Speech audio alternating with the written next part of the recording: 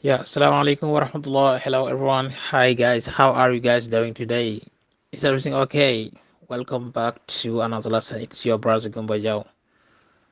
Let's continue.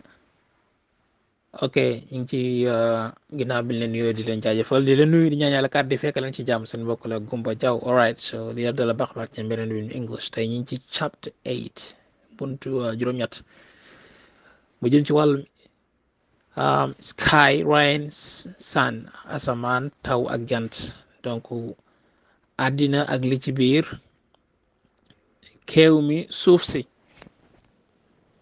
Nature nature mooy ci wolof mbindaare maanaam nature. Nature lañ koy dawale nature. bi ci njëkk mooy sky. Sky mooy teeg wala asamaan. Sky. Land. Land suuf. Suuf. Land. Earth. Earth mooy kaw suuf si ñu dëkk kaw suuf. Earth. Moon.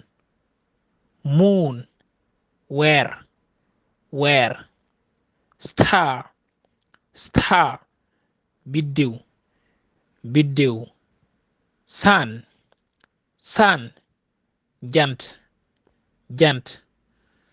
Shadow wala nga dawale ba tey shadow. Shadow ker. Shadow. Shadow. Shadow.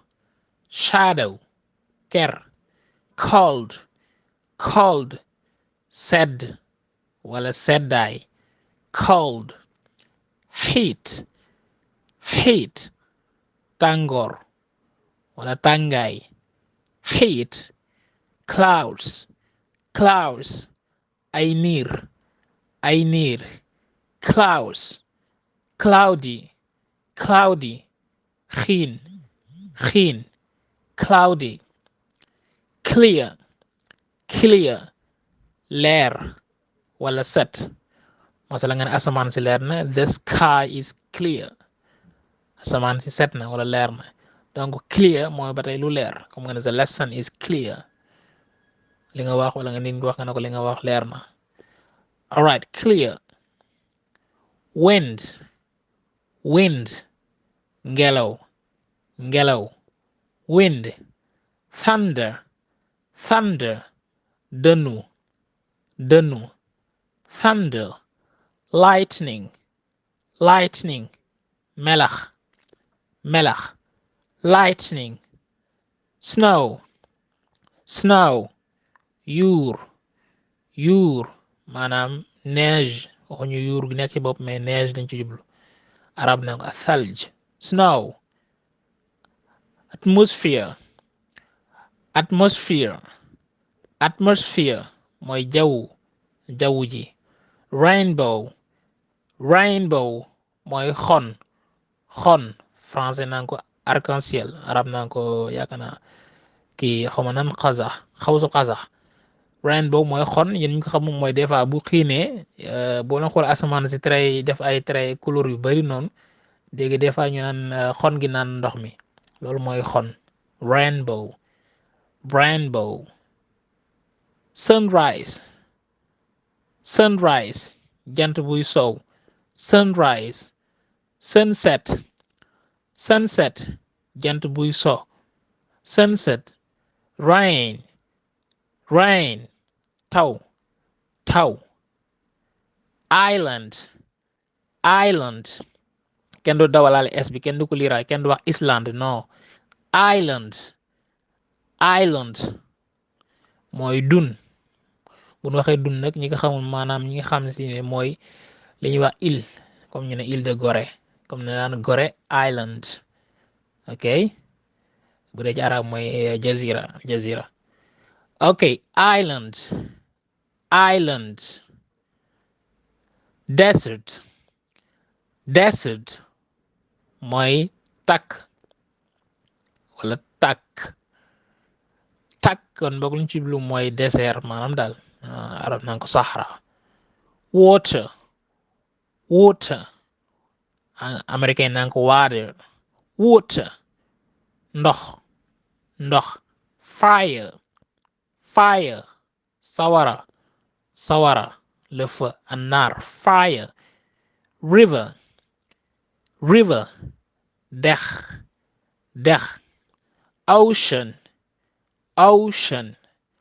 Ocean mooy mbàmmulaan nag boo leen gisee ne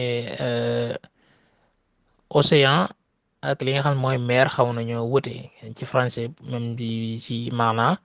Ocean mooy mbàmbulaan mu nga xam mooy géej gu ngand ngan en général suñu mbokk yi dem ci géej gi dem ci dem ci Espagne jaar ci gaal gi foofu ñu jaaree mbambulaan lañ ko tuddee du géej mais mbambulaan maam daal mooy géej gu mag a mag océan en général day nekk diggante ay continent yooyu noonu xam nga mer dafa am géej am mbambulaan bu dee mer géej moom mooy la mer bu dee nag mbambulaan mooy océan des fois moo gën a yaatu. ok donc kon am na différence entre mer ak océan yéen jàng arab al muhit ak al bahar. Muhit moo gën a yaatu moo gën a rëy donc moom mooy ocean français naan ko océan donc wolof naan ko mbambulaan.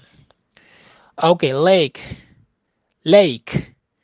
lake mooy géej gu ndaw as ngéej ñu naan ko ngéej bu dee français mooy lac ñu ne lac rose masalan arab naan ko buhayratun as ngéej. Lake. Alright guys, so foofu la ñu yem ba beneen yoon inshallah. Thank you very much for listening and I'll see you in the next one. Take care. da nga bëgg jàng angale da nga bëgg làkk angale ci lu yomb te gaaw jaarale ko ci nga xam ne mooy kàllaama wolof des na ci yow dañuy faral di joxe ay cours privé ci WhatsApp bi jàng angale ci wolof ci lu yomb te gaaw ci loo xam ne si ne inscription bi 2000 francs weer wu dee 2000 kon loolu yomb na gaay boo ci bëggee bokk nag ci si nga xam ne si ne ci njàngale moomu ci ay groupe WhatsApp danga may jokk ci biir limat ci 0033 bi 758 40 87 55